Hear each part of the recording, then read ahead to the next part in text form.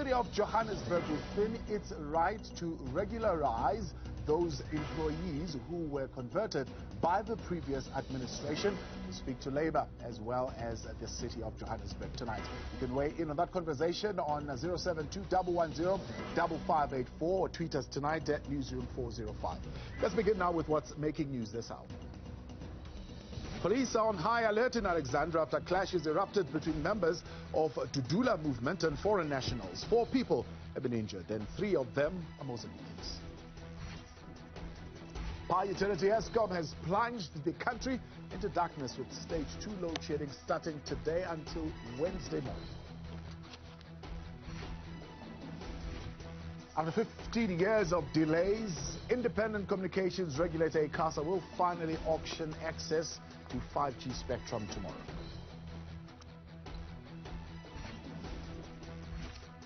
And a third round of negotiations between Russia and Ukrainian diplomats is underway in Belarus. The meeting is expected to focus on the humanitarian crisis facing Kiev.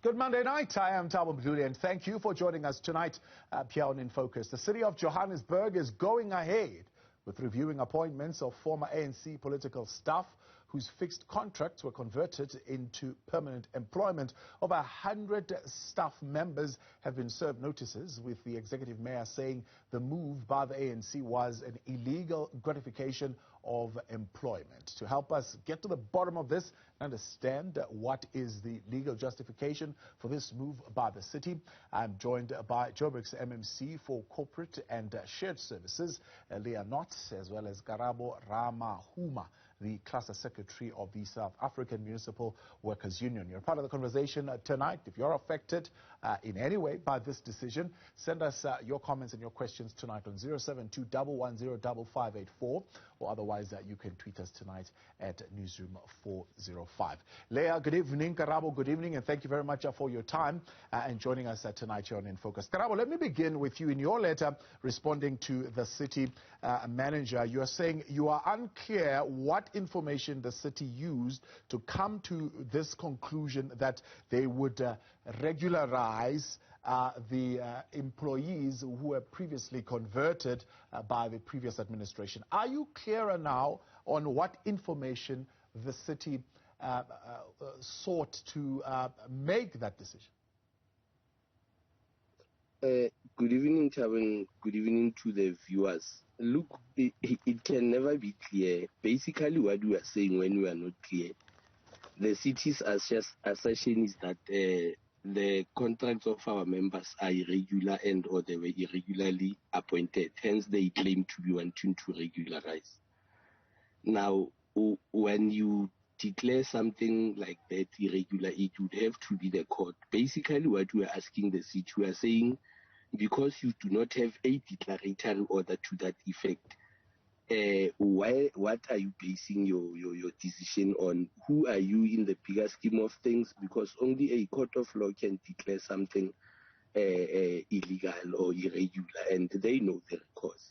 So basically, we are saying that. Yeah, Leah, what is the information at hand? I mean, within yourself as the administrator at COJ, are you within your right and your decision is based in law that you would terminate the employment of these employees who were previously converted to permanent employees by the previous administration? I think it's important to note that we are undoing an unlawful process. The process itself and the decision by MACOM wasn't made in law, and therefore it's our duty to actually go back and fix it. So we're not terminating anything, we're undoing it. So we are reverting the converted process back to fixed to term contracts, as that is the basis of political appointments. We're not dealing with service delivery administrative staff. We are dealing with political appointees that are tied to the term of the government in charge at that moment. And that is the countrywide practice, and it's been clarified by COGTA in regulations that the mayoral committee chose to ignore at the time. They were very clear that these appointments are fixed to the term and that there is a 30-day exit clause. So really what we've done is we haven't terminated everyone. we have undone an unlawful process and we have put them back onto their fixed-term contracts. Yeah. So the issues that have been raised here on that question, one is the fact that it's not just the 130 who were converted. The ANC administration arguing that it was actually 700 converted in-source employees, which they inherited from the previous administration of Herman Mashaba. So that is one matter. The other matter, they are arguing that this directive that you are pointing to from COCTA is a directive that is yet not in place, and therefore you are wrongly using that directive because in law you can't use a directive that is not yet in place, or legislation that is to still come in place and have that affecting employees today. Well, I think this is where the ANC is playing politics because, first of all, the in-sourced employees are part of the administrative staff. They are not affected by the conversion of political appointments. It has nothing to do with them. They are staff members and they will remain staff members. This refers purely to the political officials that are in caucus structures that serve political parties. They are in the MMC's offices, the Speaker's office, the Mayor's office, and they are purely political staff. So I think to say that it includes insourcing is disingenuous, and they know very well that it doesn't include them. This is a council directive. Council made this decision, and they looked at the evidence that came before it and asked the city manager now to go back and do an investigation to see what had happened during this process and why this decision was taken, which, by the way, was never signed off by group legal in the City of Johannesburg, which is quite scary if you think about it. And secondly, I think, it's important to note that we are purely undoing a process that should never have been done in the first place. The COCTA directive is very clear. They even wrote to the City of Johannesburg, and on the same day that they wrote to the City of Johannesburg and made it very clear what the intention of the legislation is, that mayoral committee took a decision to convert staff members in political offices at director level, and these are people that are earning above 50, 70, 100,000 Rand a month. These are not lower-level staff members who, for the sake of continuity, which is what they claim, these are politically connected individuals who were given excessively high jobs within political offices. And they were converted despite COCTA and SALGA writing to the city to say, listen, this is what fixed to term means, and this is the purpose of political offices. All right, Karabo, let's address those issues then. These are staff members. I mean, all the 130 or so are actually staff members in political office. This is what the city is arguing. Let's argue that one first. What is your feeling? I mean, there's been this argument that, no, these are junior staff. They've got nothing to do with political office. But the city insisting that these are political staff who, for example, deal with speakers and so on and so forth. Karabo, are you there? All right, we seem to have lost Karabo there. I would like him to have weighed in and given us his views on that one. We'll come back to Karabo in a moment. 072-110-5584, that's the number to dial, as well if you would like to weigh in and you are directly affected by this decision. The City of Johannesburg digging in its heels, saying it is actually regularizing an illegal decision in the first place. Karabo, hope you're back there. Let's deal with that one first. These are political appointments in political office. It's not junior staff members or junior employees who are in direct face of service delivery. MMC Leah Knott is very economical with the tools, Chavo. How does a driver become a political staff? How does a program officer of a service delivery unit become political staff? It's actually service delivery unit staff, some of the people that are targeted. But our problem becomes even how they approach that. They're saying, you are asking them where are they basing it. They are basing it on council, and we don't want to enter into the council debate. We are not politicians. We are employees of City of Johannesburg. But when the city wants to correct something and correcting it through council, which otherwise lacks the authority to declare any employment otherwise, it becomes a problem. The city is basically taking the law into their hands. And if the staff that they can be political, that they must be fixed term. Then maybe let's ask MMC Leah Knott while she's here. MMC Leah Knott, in the office of Speaker Councillor Vasco da Gama, there's a lady there, white lady called Joanne. She's a deputy director. She's permanent. She has actually been in that office since the time of the late Speaker of Council, Councillor Koniba Pela. May her soul rest in peace. She went on to serve Councillor Mulwele, again Councillor Vasco. And you go to development planning, there's a permanent position of a white lady, another white lady called Jackie there. Is the office manager in the MMC's office. She has served, I think, from MMC Rosrief, MMC Matang, MMC Koza, many of them, you know. And you go to the mayor's office, there's a Shane there who's an AD, and that AD is permanent. In fact, both late mayors, Councillor Makubo and Councillor Matongo, found that Shane in that office, and it's a permanent position. So what the MMC is saying, it's far, far, far away from the truth. And, you know, number two, what is of serious concern to us, we don't have a problem with the city regularizing things that they deem irregular or legal, but it must never be a selective process. One of the key players, key drivers of this process of regularization, the one who's acting city manager currently, there is an investigation about him in terms of how she has hired one of the people that she's alleged to be cousins with. And the outcome of those investigations are still kept under wraps. We are expected to subject ourselves to such people whom questions around their actions have not been answered.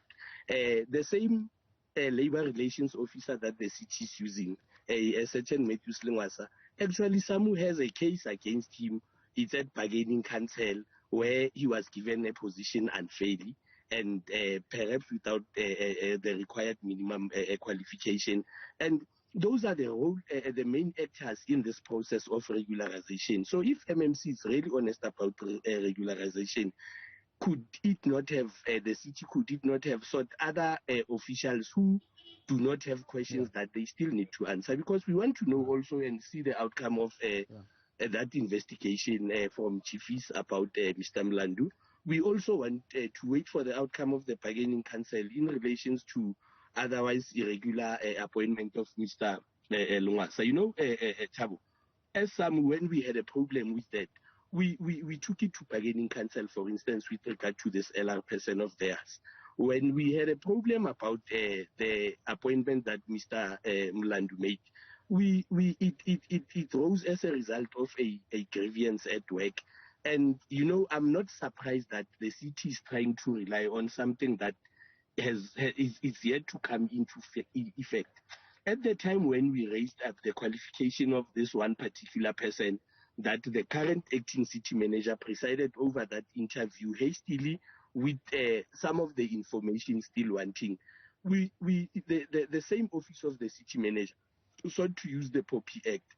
And at the time, Poppy Act had not yet come into effect. So I'm just saying it is their issue to understand the law, to be applying retrospectively. You know, we are very concerned, honestly speaking, as SAMWU.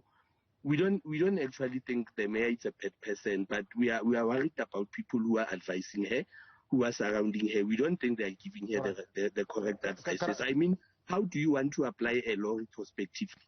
Karabo, let's take a break. We'll come back and allow the MMC to answer, and then I'll put some more questions to you on what is being raised here. Right, if you're affected by this decision and you're listening to this conversation, what are your thoughts and your views tonight? 072-110. In focus tonight here with the City of Johannesburg's MMC, Leah Knott, as well as SAMWU's Karabo Ramahuma. And we are talking, of course, about the city taking the decision to regularize what they call an illegal decision in the first place, and therefore the conversion, they say, was not supposed to have happened, and they are putting those employees now on back to fixed-term contracts. Before the break, Karabo, they're raising some of the issues around the selective application and the targeting of this regularization on particular employees. But Karabo, I want you to answer to this question first before we allow the MMC to continue. She says that the people who are being affected by this decision, literally, if you look at their salaries, they are above the 50,000 rand mark. Out of the 130 members or so that we are talking about here, What is your understanding of their pay grade? I'm challenging the MMC, and I speak strongly on the basis that I represent these people, Tabo. I'm challenging the MMC to a public debate where we actually look at their salaries. It's untruth, and I don't know why the City of Johannesburg is busy misrepresenting. How can those people that I'm telling you about, and a deputy director in the City of Johannesburg, I think it's around 40 grand, and we have people who are below those positions. So that's why I'm saying I'm challenging the MMC to let's take this to the public, and let's put our facts on the table. All right. What do you say to the question that, or to the issue that this decision by the mayoral committee was not signed? You know, Thabo, and we want to speak very loudly about this as some. Our affairs of our employment affairs are not dealt with in council. We are not Section 56, Section 57 employees. Number one. Number two, we don't want to enter into space where the council was convened properly, and we have our reasons why. We are not a party to council. We are not even invited as observers. But from our own research, we are convinced that actually the MACOM had powers and had been enjoying this power since 2014. MMC Leah Knott may just not have been given those things, or she's just been selective. Previously in the City of Johannesburg, this issue of dealing with staffing and all that, it was a function that was with the city manager. Then a council decision was taken to take this function to council, the same council which then delegated these powers back to the mayor in 2014. Yeah. So I'm saying, as far as you're concerned, the decision of employment, of employing and staff and so on, it's the mandate of the mayor, not council. As per their records, by the way, this is not our records. It's as per their records. Maybe that's why I'm saying I'm worried about who's surrounding these people and advising them. Are they giving proper information? There are those documents. We have them. Yeah. We can share them with you so that you can share them with the viewers. All right. Because I find it to be, very silly when people are selective in terms of what they have to say. Yeah. If they don't have those documents, can they ask? We'll provide them. Those documents are there. All right. And remember, MACOM is not a private entity of some sort, a partnership of some sort where one member leaves, it loses identity and a new one must be formed. MACOM is MACOM. Whether Karabo is part of MACOM, whoever who comes after becomes the successor in title and would still be held liable for the business that was processed by the previous MACOM, you know. So the MACOM then and the council at the time took the decision. Yes, maybe it may not have been taken to council then, but that issue was long resolved. Maybe the current people may not understand how it works, or they are acting as if they don't understand because they have these nefarious intentions to remove people, labeling them as belonging to a particular political party. Let me tell you, Thabo, those people are very different, very dynamic, and are from all walks of life. It could not have been possible that they would come to one political party. In that group, we have people who are hired in TA caucuses. So in that group, they are not all ANC caucus people? It's a lie. Actually, let me call it like that. It's a lie. You know, there was something called Government of Local Unity last time. And at least it was constituted of at least a minimum of 5 parties, if I may recall, including the DA that was not part of it but still had a caucus staff. Yeah. People were hired, were converted then from all walks of life in the city. Karabo, I want to give the MMC an opportunity to answer to these things before we run out of time. But I get a sense of what you're saying. MMC, a lot they're being raised there, but one of the big questions coming up is the selective application or targeting of particular individuals with this process of regularizing Mr. Mlandu's appointment, Lengwasa's appointment, Joanne's appointment in the office of the Speaker, all these issues that are being raised by Labour saying, well, if you're regularizing, why are you not addressing those irregular issues as well? Okay, firstly, look, we maintain a very healthy relationship with organised labour, and we have a reporting line. I have an open door policy with them. And in that, we engage through SAMWU, through the Deputy Regional Secretary, Tabani and Corsi. And we have that open door policy, and it should be utilized in that way. I think using a public forum to try and make, opinions heard is very dangerous, and it doesn't actually benefit the employees in the city. There are a large number of issues we are dealing with, both SAMWU and IMATU as organized labor, that affect the employees within the administration that are very important issues and things that they have been asking for many, many years, and that we are very serious about addressing. What we're dealing with now is a political game that's being played in the media space. And I have to say that because once we understand that when we have to allocate excessive millions to political staff that should not be permanent, that takes away from service delivery, it takes away from the perks, etc., that employees should be getting in the administration, and it takes away from a lot of other things. So, having said that, and I'm very well aware, I do have a legal qualification, and I've looked over this documentation quite extensively. We went to 2 sets of different attorneys to confirm and have given them the documentation, asked them to go through it over several months, and they've done so. Whilst the council gave this sort of authority to the mayor, if you will, in 2012, that was then revoked by the 2014 talent acquisition policy, which stated that if you wanted to make anyone permanent in that year, you could do so. But up until 2014, when that policy came into being, if they hadn't converted those people, that option was no longer on the table. So that they were acting under an undelegated authority. The authority lies with the municipal manager, and the report for conversion was brought by the chief of staff in the mayor's office. It was not signed off by legal. It never came to council. Political parties were never consulted. That in itself is irregular. The entire process is based on a delegated authority that doesn't exist. And this is what we brought to council. We brought the legal opinions. We brought the proof.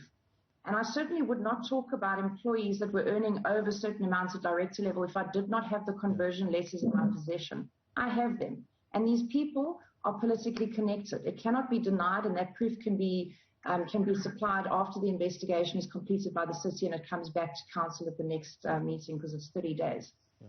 So the fact that these are drivers, these are managers of programs of service delivery, you deny that categorically as untrue? I'm not aware of any drivers. These are political appointments in offices. We have PAs, we have office managers, we have stakeholder, we have strategic advisors. That's what they consist of. If there are cases where people are supposedly affected as drivers, I would like to know, and I would suggest that SAMWU engage my office directly on that, because that's certainly not the case, and we have not involved administrative staff at all. Then just lastly, on the mentioning of certain people's names, I think it's very important that, whilst this started off, claiming that we shouldn't be victimizing people, we're doing just that on a public platform. These people have not been given a right of reply. They have not given anybody the authority to mention their names in the media. I think it is victimization, and it's unfair. A lot of these people that are mentioned have been working at the city, some of them since 1989. They are part of the administrative staff, and they have been seconded into offices because they are valuable and people saw their worth from all political parties. But their substantive post does not sit in a political office. It sits with the administration. So before we actually go out airing everybody's laundry, I think it's important that we have facts. And, and we don't debate that on a public platform. We check our facts, internally first before we do that, because I feel like they've been done wrong now by being made the center of something that is not actually their issue and does not actually, it's not for them to explain. And they're having to explain, their positions in the city. It's also disingenuous to try and make this a racial issue, because whilst the first 2 people mentioned, their race was mentioned, the third wasn't mentioned, and the third person is not white. So I'm trying to understand, why is this becoming a race issue? It's not a race issue. This is a resident issue. What we're trying to do, and what the mayor has seen, is there's an unlawful process. As council, we are obligated to overturn that process. MACOM did not have the authority. They took it upon themselves. They did not get the necessary sign-off. They also inflated the budget. And if you notice in 2021, when they inflated this budget, they took away the 200 million rand meant for fire engines. And we never got those fire engines. So you have to see what's happening here. We're trying to act in the best interest of the residents and also the employees. And there's nothing stopping these people from coming back and reapplying through the fixed-term contract process, because that process exists. We have many employees, and like it's been said, this doesn't just affect the ANC caucus office. It affects the DA office. It affects the EFF office. It affects many of the political offices. We're not being selective. We're not targeting certain people. We're targeting a process because it's not right. And the COCTA regulations do, in effect, have to be complied with from June 2022. We would be in violation of national legislation from that point. And they told the city this in October last year. So we're not targeting anyone. We're fixing a process. And in many cases, for example, many MMCs now with fixed-term contracts are looking to rehire political staff that were there originally. So it's not about the people, it's about the process, it's about the residents, and it's about doing right by the city. All right, MMC, I appreciate your time. Thanks very much for coming on. Quick one, Karabo, in 30 seconds, what's the next move from Labour? Because I've got to wrap this up now. We clearly can hear that the city is still digging its head in the sand. If they so wish to continue with this, they do know that it has to be a court that gives them a go-ahead. We shall wait for them. However, should they do anything unto us illegal, we shall reciprocate it. We will match it. But one thing that I wanted to say to the MMC, to say maybe she must resist the temptation of wanting to have preferences within some. You know, Tabo, we are supposed to be having a local labor forum with those people, not a relationship between MMC and one official of SAMWU. In the LLF, that's where unions and employer meet, and this is where this issue was first supposed to have been tabled. Suppose Council has taken that decision on Friday. Before implementing, they were supposed to bring it to an LLF. So that myself and somebody from administration of the city call each other does not translate into SAMWU and City of Johannesburg having a healthier relationship. Right. I thought we should clarify that. Clear. It's very clear. Yes, very briefly, Karabo, 20 seconds. I got to go. Okay. Yeah, go for it. Finish your point. Yeah. Lastly, MMC is saying these people can reapply. Ne? They are not being excluded. Majority of these people are black. And you must check all the ads that have been taken out from the City of Johannesburg. The AA target is white, it's Indian, it's people with disability. How do you then come with such AA targets when you say you are not excluding people? So that's why I'm saying the MMC must be honest, or alternatively, the MMC is not being properly briefed. MMC, there are drivers there, there are program officers there are social media specialists, people who do day-to-day work. Actually, political staff would be my advisor. You know, people who work intensely with the manager, with MMC, strategists and all that. None of those people are. They do ordinary work that can be done in council.